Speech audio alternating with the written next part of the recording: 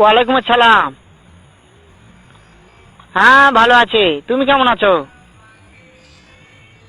হ্যাঁ ভালো আছো না? আচ্ছা তুমি কার সঙ্গে আছো?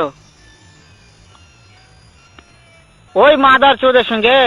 ওই মাদার চোর তো এতই হারামজাদা, ওই শুয়োরের বাচ্চা, ওই তো লটির বাচ্চা, ওই সাওয়াচুদির বেটা মাগির লিসা, এতই মাগির লিসা। ওই হারামজাদের আমি সামনে পাইলে একটা এমন একটা চটকানি মারবো, শালা মাদার চোদ।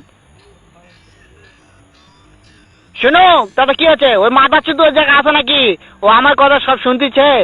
ওই সাওয়াচুদির বেটাকে শুনে শুনে আমি বেশি বলবো।